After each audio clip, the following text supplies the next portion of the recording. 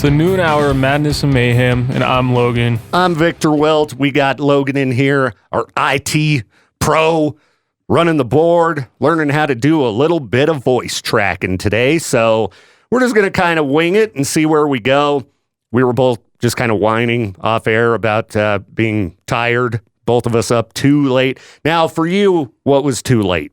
I stayed up till about 2:30. Okay, if I stayed up till 2:30, I'd probably have to call into work. Yeah. I'd be so exhausted. Yep. Go ahead and give us a music bed as well, Logan. Go ahead and just pick one out, whatever you'd like. They should all work fine. There we go. And that's a shorter one, so if you hear it end, just throw on another one when you're done.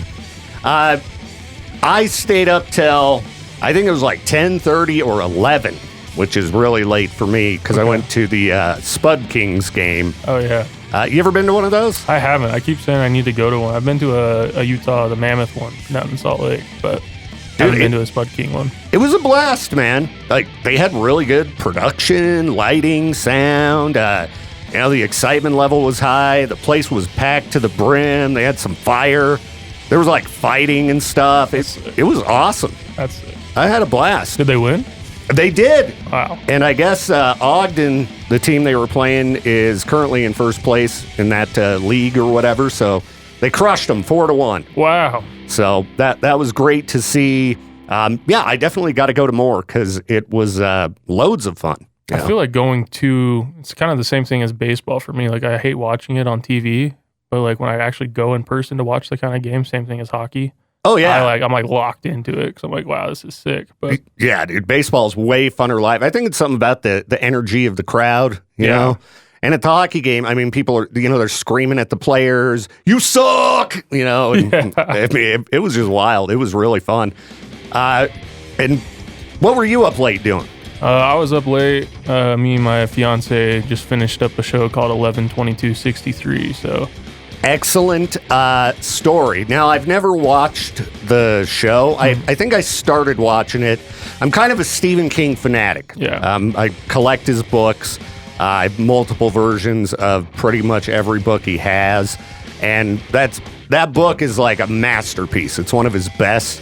And I think when I started the show, some kind of change they made to it or something like frustrated me. Oh, okay. Because you know how it is when they adapt books. Yeah, they always have to cut important things out for sure. Yeah, so what did you think of the series? Is it worth watching? I thought it was good. I haven't read the book yet. I didn't even know it was a Stephen King thing until like 4 episodes in, and it showed that he was a producer, and I was like, And so I did some research and saw it was his book. But as far as the show goes, I was pretty impressed. I thought it's a really cool premise of what a story would be about going back and stopping the assassination. I thought that's pretty cool. Yeah, for anybody who's never heard of the story, it's about a guy who finds a way to travel through time. I'm trying to avoid any spoilers because it's kind of a weird way to travel through time. Yeah, it is, yeah. He wants to go back and stop the JFK assassination. And does he or does he not? I'm not going to say. But yeah, are you a reader? I am, yeah.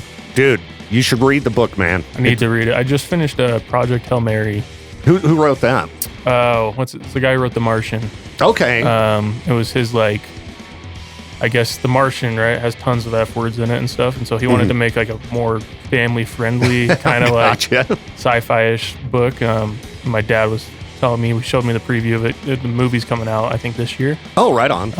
And so he got all excited, read the book, told me to read it. I read it. I was like, wow. It was pretty sick. It was pretty cool. Nice. So, I'll have to check that one out.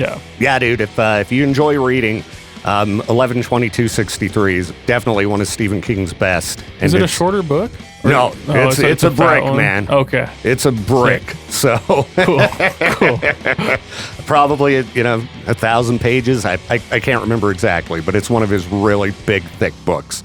And it's just so good, man. So good. Yeah, I'll have to read it. Now that I've watched the show, I feel like reading it. Sometimes I do that. Like, that's how I started with Harry Potter when I was younger. I saw the movies come out, and so I was like, I probably should read these. And so I started reading them, and I was like, oh, these are way better than the movies. Oh, yeah. Yeah. There's like no comparison. No. The books are excellent. I feel like the only one movie-wise that was I was like, wow, that's actually, I would say, pretty close to the book was Prisoner of Azkaban. Yeah, dude. I don't even know if I watched the final few movies. Because I was reading I think I started off similar. I watched the first movie or two with the kids, and then everybody at the time was into the books. And so I think from book 4 or 5 on, I was reading them as they were released.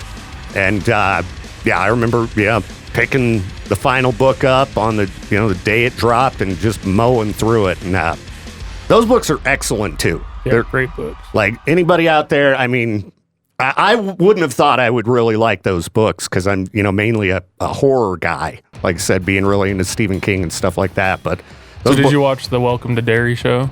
I have one episode left. Okay. Have you seen that? I started watching it. I have to watch. My fiance won't watch that kind of stuff with me, and so I'll just watch it by myself. But yeah, I liked it. I liked the movies a lot. I thought the movies were pretty good. Yeah. They did a pretty good job for compacting that story into 3 or 4 hours. Right. Yeah. Because that's another one of those books that's over 1,000 pages. And I feel like it's way more sci-fi in the books than it is in the movie. Yeah, so you've read the book? Yeah. Okay. Yeah, like the end of the book, or at least the final battle with Pennywise, there's no way to film that. No, there's not. I feel like they did okay, I guess, for condensing it and trying to, with the effects that they did and things like that. But yeah, because it's taking place in a outside of time space, and I love that book too, but I did think for making it into a movie, they did a good job. Have you watched the old version from the 90s? The miniseries? I haven't watched it all the way through, and I think I've watched bits and pieces of the old movie. Can't remember the original guy who played Pennywise's name. But oh my gosh. I remember Tim Curry. Yeah, and he crawls out of the drain. That kind of thing. Yeah, I remember that. But I read that book in high school because I started to get really into Stephen King stuff in high school. Nice. What's that other book he has? Is it The Tower? The Dark Tower. Dark Tower, yeah. Oh boy. Don't even get me started on Dark Tower. We should probably talk more books here on the next break. Definitely. So, let's keep going. We'll be back here in just a few. It's the noon hour of madness and mayhem, and this is Logan. And I'm Viktor Wilt. We're talking, I guess, Stephen King today, man. I didn't realize you were a Stephen King guy. Yeah, big book guy. I read books all the time in high school, which most people probably looked at me and were like, there's no way this guy reads any books. But yeah, I was a big Stephen King guy. I really was into horror stuff when I was in high school. I really enjoyed that kind of area in books. And heck yeah, man. Yeah, like I mentioned, I collect a variety of authors, but Stephen King's the one I have the most stuff from. We were talking 11/22/63 and It earlier. But you mentioned The Dark Tower. Mm-hmm. Have you read the entire series? I have not read the entire series. Dude. I know, I need to. You've got it, man. That's my favorite series of books of all time. Isn't that one, it takes place, it kind of combines all of his stories, doesn't it, in a sense? Well, it does take elements and sometimes characters and things from other books. Right. There are tie-ins to The Stand, Salem's Lot, and I think even 11/22/63, there's little things you can catch if you've read The Dark Tower that you would notice as nods to The Dark Tower. And in his newer books, or if you pick up the later Dark Tower books, at the front, it'll have, in bold, it'll list, all of his books, but in bold, it'll list the books that tie in. Oh, okay. Insomnia. I mean, there's so many of them. But that series of books, I'm kind of psycho for. Okay. I gave my younger daughter the middle name Rose. Oh, there you go. Because of The Dark Tower. I have first editions of every Dark Tower book, even The Gunslinger, which is a super rare Stephen King book. That's sick. And I don't know how many different copies I have of Dark Tower books, but on my Dark Tower shelf, that bookshelf in particular, has 6 shelves. I think 3 of them are filled up with just versions of The Dark Tower. That's sick. So yeah, definitely a fanatic for that. There's supposed to be Are you familiar with Mike Flanagan? He did like Midnight Mass. Yeah. Yeah, he's working on adapting The Dark Tower. Okay, that'd be sweet. For some kind of streaming platform and doing it right, because they made this movie. I don't know if you saw the Dark Tower movie, but it was god awful. No, I haven't seen it yet. No, just don't waste my time. Don't waste your time with it. It's kind of just universally known among Stephen King fans as being one of the worst adaptations ever. It's so bad. Because, I mean, there are 8 books in the main Dark Tower series, and they made like an hour and a half movie out of it. Oh, wow. That doesn't work. You're talking like 3,000 pages or something. Yeah, that does not work. Yeah, and I think to anybody who wasn't familiar with the books, I don't even know how they'd make any sense of the movie, because there's just little hand-picked things that they somehow slapped together a movie out of it. It was so bad. So I'm definitely pumped to see what Mike Flanagan can do with it, because he's so good. Like Midnight Mass is great. That one's I can't remember. It's like, I remember it's like the cop guy, and like they're on like the little town. Yeah, it's like a vampire store. Yeah. I did really enjoy that. I thought that was really cool. Yeah, have you checked out any of his other stuff, like Fall of the House of Usher, or oh geez, why can't I think of the names of them? I mean, they're all on Netflix. Anything Mike Flanagan's good. He did a number of series on Netflix, and they're all just excellent, man. But it sounds like your fiance doesn't like watching horror. No, she's really into like, what's it called? Vanderpump Rules. Vanderpump Rules. Yeah. Okay. See, I don't even know if I'm familiar with that. No, I've heard of it. Yeah, I had no idea what it was, but it's like a reality.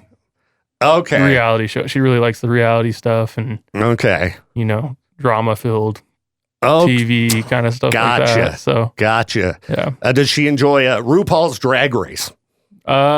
She's watched it.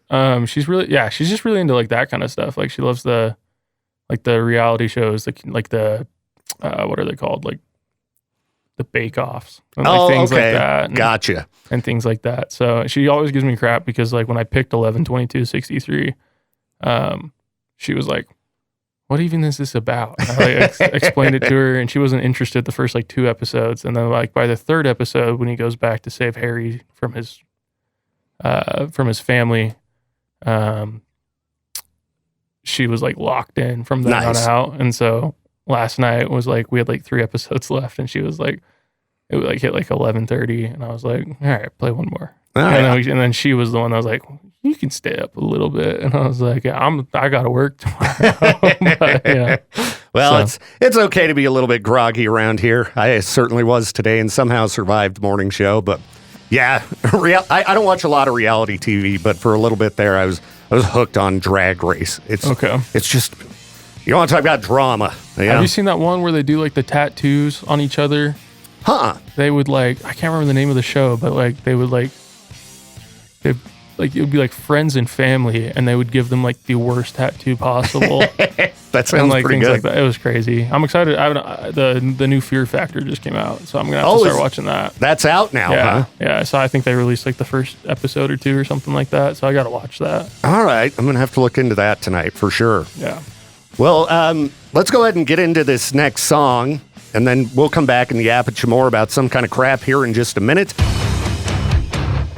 It's the noon hour madness and mayhem with Logan and Viktor. Logan, our IT guy, in here learning how to use the old voice tracker, and we've just been talking horror and TV. You mentioned when you were younger, you were into quite a bit of horror. Were there any other authors aside from Stephen King you liked? Not that I necessarily, I feel like Stephen King was the big one, but I also was like, I don't know why, but I was really into like the scary stories books. Those are, they're excellent. Yeah. So I was like really into those, especially in like middle school and things like that. A big series I liked growing up, was Artemis Fowl. I've never read any of that. I started that in like elementary school. And then, the Aragon series. Okay. Yeah. Yeah. So. I never read any of that either. But the Scary Stories books, when I was a kid, like probably pretty dang young, they were like new. Yeah. And, they were just so good. That's probably why I got into Stephen King and all the other horrors, just because of those books. And a few years ago, I found a hardback collection of them. Oh, really? At some used bookstore, and I was so pumped because I don't know what happened to the paperbacks I had from when I was a kid, but I gave the hardback to my girlfriend's daughter. Nice. To read. I don't think she's dove in. I think she flipped through, saw some of the pictures, and was like, no. But yeah, I loved Goosebumps when I was a kid. Yeah, Goosebumps was awesome. I've still got a huge collection of those. So I've been trying to get her to read that stuff. I initially bought a big collection of them for my girls, but they're now older and they left them at home. So, right. Trying to pass them on. Those books are just so fun. R.L. Stine, I think, is kind of an underrated author. Oh, definitely. Yeah, those Goosebumps books were super great. I know they did that TV show, was it 2 years ago or something like that? Yeah, I haven't watched any of that. I watched it briefly, and it was, I had the guy who played Ross from Friends. Okay. I can't remember if he was playing R.L. Stine or what, but yeah, I watched a couple episodes and I was like, oh, it's okay. It wasn't anything, but yeah, the books are great. I remember reading those nonstop growing up. Yeah, and they're for kids, but they are well-written stories. Yeah, definitely. They're great. So, yeah, we've been talking Stephen King and horror and TV shows and such. You got any, aside from 11/22/63, which was what you just got done watching, what are some of your all-time favorite TV shows? Because I'm always looking for new crap to watch. So I guess my favorite all-time is Breaking Bad. Right? There you go, everyone's dude. seen that. And then I would throw Game of Thrones up there. What do you think of the end, the final season? So the thing was I waited until the whole series was out to watch it, because for a long time I was like, oh, that doesn't look that interesting or whatever. And then it finished, and I remember I still waited another year after the last season came out to all right, I'm gonna sit down and watch it. And I got locked in, and so the ending, I was kind of I think the frustrating part for a lot of the fans were probably the fact that they waited so long to get that as their ending. Yeah. Where I was able to binge it. I kind of was I guess it makes sense in a sense, in a way that it would be him to be the one at the end. But at the same time, I was that just feels like a cop out. Yeah. My frustration with the end, because I did watch it as it aired, maybe starting with season 3, then I was just watching it each year when it came out. But to me, it felt like they should have given it another season and really stretched out the events of that final season. It felt just kind of rushed. I think that ultimately everything that happens made sense, but it felt like they just kind of pummeled you with wrapping up plot. Especially the whole thing with Daenerys, just in the span of 2 episodes, just going from fine to oh, she wants to kill everyone. And I was like, that would have made more sense if they dragged it throughout an entire season. Yeah. Because the Mad King, all that stuff, whatever. But I kind of was just a little it felt rushed. And I know that the creators of the show, I think they were leaving to do Star Wars. That might have been the problem. And then they ruined Star Wars too. So, I was kill 2 things that I love. So, yeah, Game of Thrones, I still definitely think is worth watching. Breaking Bad, I think I'd agree with you, is my favorite show of all time. Did you watch Better Call Saul? I did. What do you think? Yeah, it was good. I still I enjoyed Breaking Bad way more. Breaking Bad is more, I want to say, fun. Yeah. It's more, and it's crazier. Yeah, definitely. And it starts crazy. And did you watch El Camino? Yeah. Yeah, great. El Camino was really good, too. I thought that was a cool little, follow-up, wrap-up of, seeing his story at the end and seeing how it actually played out. Have you watched any of Vince Gilligan's new show? I think it's called, Pluribus or something, Pluribus.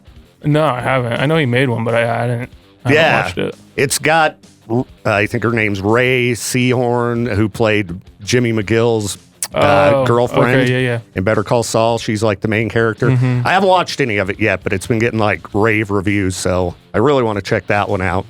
Have you watched The Sopranos? Actually, no.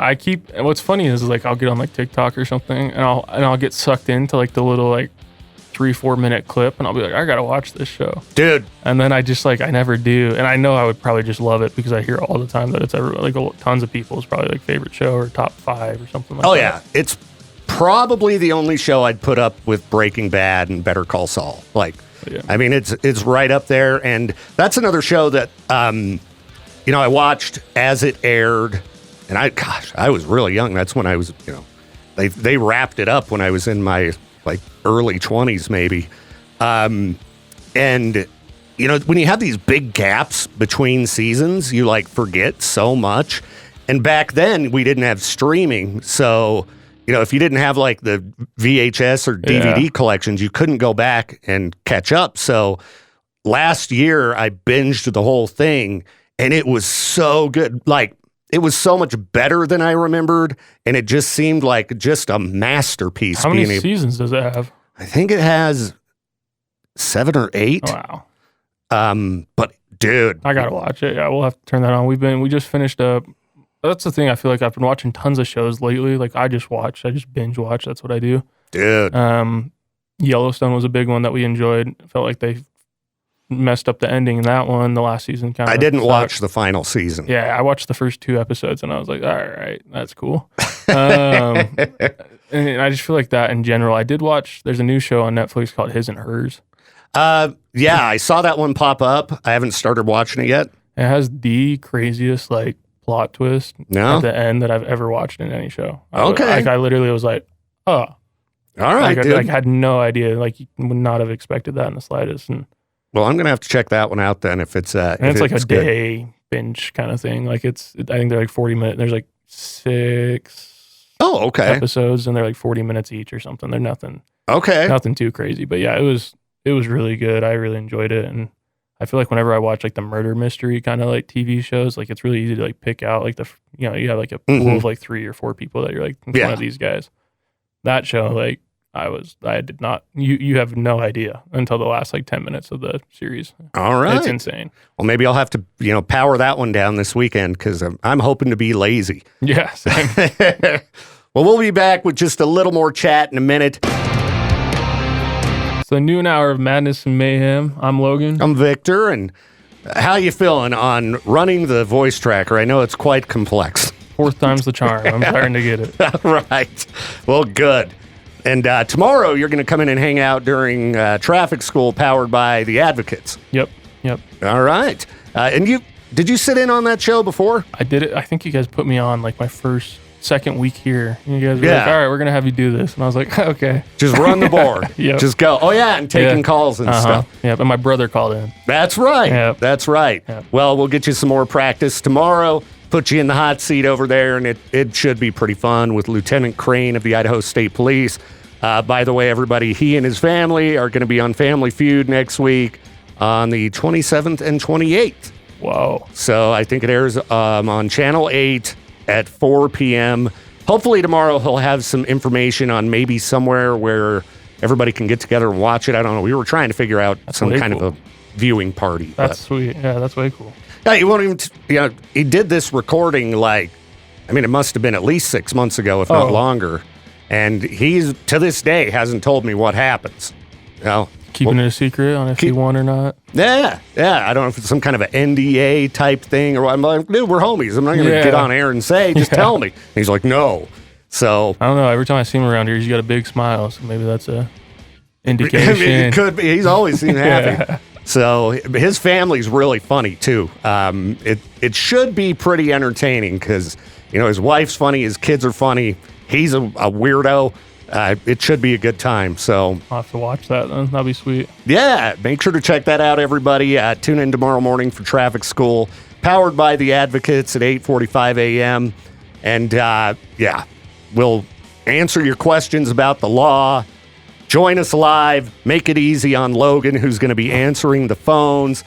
Call us. So that we got to really put his phone answering skills to the test. Yeah. Let's put him through the ringer. So we need your help to really make it tough on him.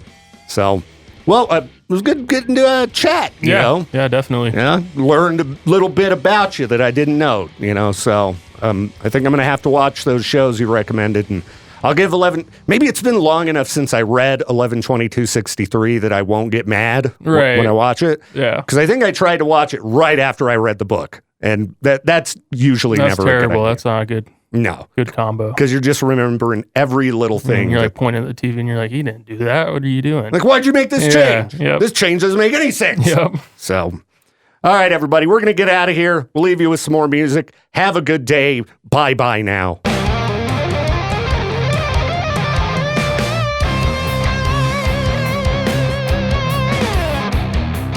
Thank you again for tuning in to the Viktor Wilt Show. This program is a production of Riverbend Media Group. To contact the show or for more information, hit us up at riverbendmediagroup.com.